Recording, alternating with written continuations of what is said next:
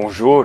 Quand le cinéma est né, la caméra était fixe, déjà parce qu'il y avait une manivelle à actionner pour faire défiler la pellicule manuellement, mais aussi parce que tout ce système, c'était lourd.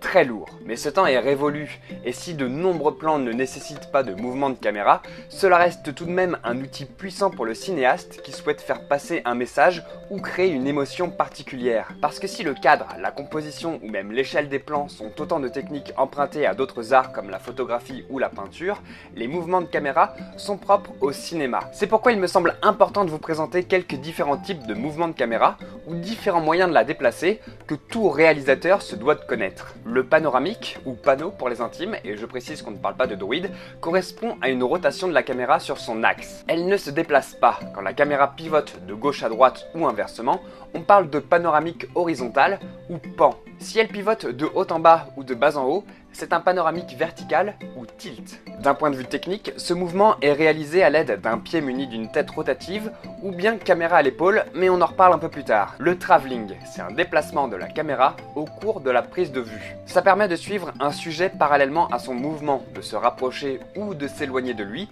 de le contourner et éventuellement d'en révéler de nouveaux aspects. La trajectoire d'un travelling peut être frontale avec soit le travelling avant, ou le travelling arrière, latéral, c'est-à-dire vers la droite ou vers la gauche, en croissant, en arc ou circulaire, et les combinaisons sont multiples. En général, la caméra est placée soit sur des rails, soit sur une dolly. Vous savez, la dolly, c'est ce support de caméra sur roue, mais en vérité, il existe une très grande variété de moyens pour faire un travelling. On peut poser sa caméra sur une voiture, un hélicoptère, une grue, un animal, une épaule. Tous ces moyens n'offrent pas le même rendu et peuvent se combiner entre eux. On peut mettre une grue sur une voiture, par exemple.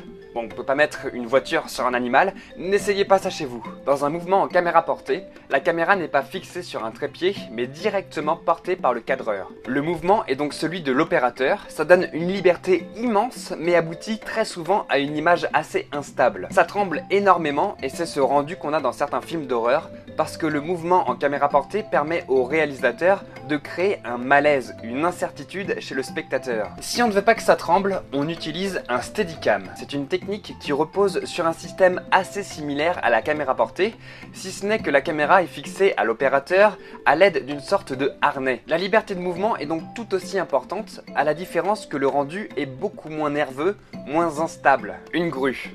Ouais. Ce mouvement de caméra si particulier est le mouvement de grue obtenu par une élévation ou un abaissement de la caméra par rapport au décor à l'aide d'un appareil de levage spécialisé. Ce mouvement suit une trajectoire le plus souvent arrondie. Aujourd'hui, on a recours le plus souvent à un dispositif nommé Luma. Je suis sûr que vous voyez ce que c'est. On en voit souvent dans les making-of. C'est un pied avec un très long bras et une caméra au bout. Pour finir, maintenant, on peut aussi réaliser plus facilement des plans aériens. Les prises de vue peuvent être réalisées à l'aide de drones, alors qu'on devait auparavant utiliser des hélicoptères. Bien que l'hélico puisse embarquer une plus grosse caméra et peut voler plus longtemps, plus haut et plus loin.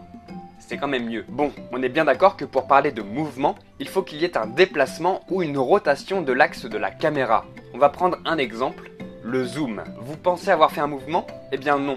Le zoom avant ou arrière n'est pas considéré comme un mouvement car la caméra ne bouge pas, malgré tout ce qu'on peut lire un peu partout. Voilà, cet épisode est terminé. J'espère que vous passez de bonnes vacances, si vous êtes en vacances, sinon je suis désolé pour vous. Avant de partir, n'oubliez pas le pouce en l'air et de partager cette vidéo, c'est très important pour moi.